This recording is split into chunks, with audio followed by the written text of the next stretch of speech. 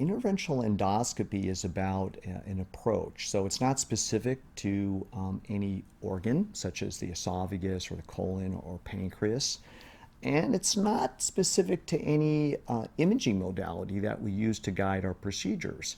So that it's really about the hand-eye coordination and understanding the tools that we use and being able to deliver and execute the maneuvers with great precision, great accuracy, and as I said, understand the limitations of these tools as well. And so to know what we can and what we can't do with these tools. And so that applies really to the entire GI tract as well as other procedures outside the GI tract, pancreaticobiliary.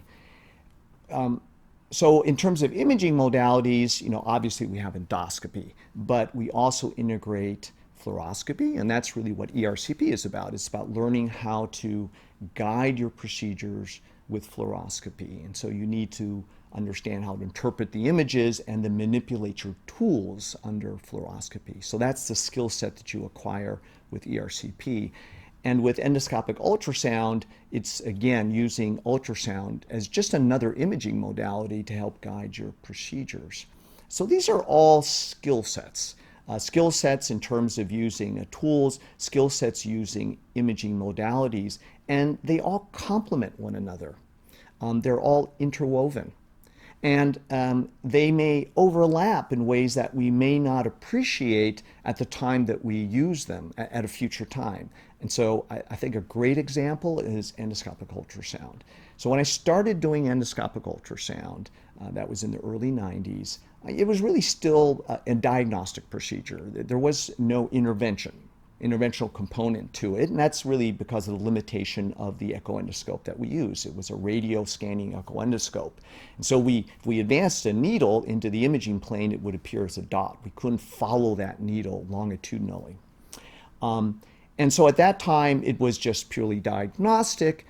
Today, with the curved linear array echo endoscope, we can see the needles lengthwise, and so the field of interventional endosonography has evolved. And now we are integrating ultrasound guidance with fluoroscopy guidance. We're integrating EUS with ERCP, and so these are really becoming hybrid procedures today. And in fact, now I don't even necessarily refer to the procedure as ERCP. I may call it EACP. So the ERCP stands for endoscopic retrograde cholangiopancreatography. Well, we may do it anterograde under ultrasound guidance. So we're coming anterogradely in our approach to the bile duct or the pancreatic duct. So again, the emphasis here is that you need to be a universal endoscopist, interventional endoscopist. You need to integrate all of these skill sets together.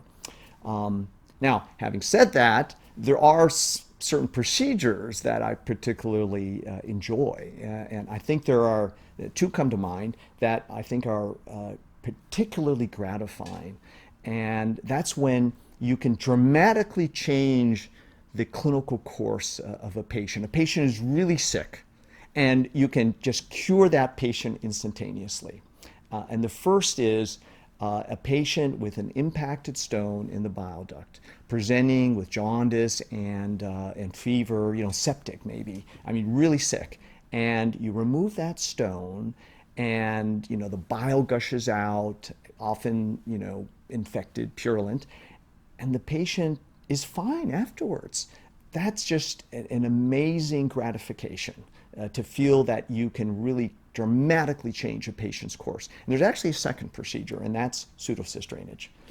Again, just imagine you have pancreatic enzymes that are literally digesting your insides, right? And they're flowing, they're leaking out into the retroperitoneum, and they're compressing neighboring organs. And now you stick a needle and place a stent, and the contents just gush out, and they're, again, often infected, and you instantaneously change the patient's course. So those are two examples of procedures that I think as interventional endoscopists we find particularly gratifying because we make such a dramatic impact on the patient's condition.